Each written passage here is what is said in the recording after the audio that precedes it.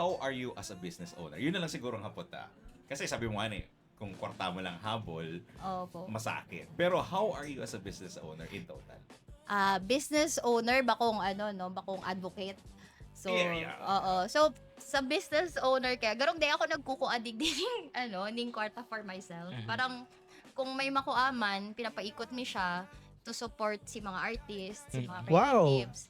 So, pag may nagrarani na nagbabay.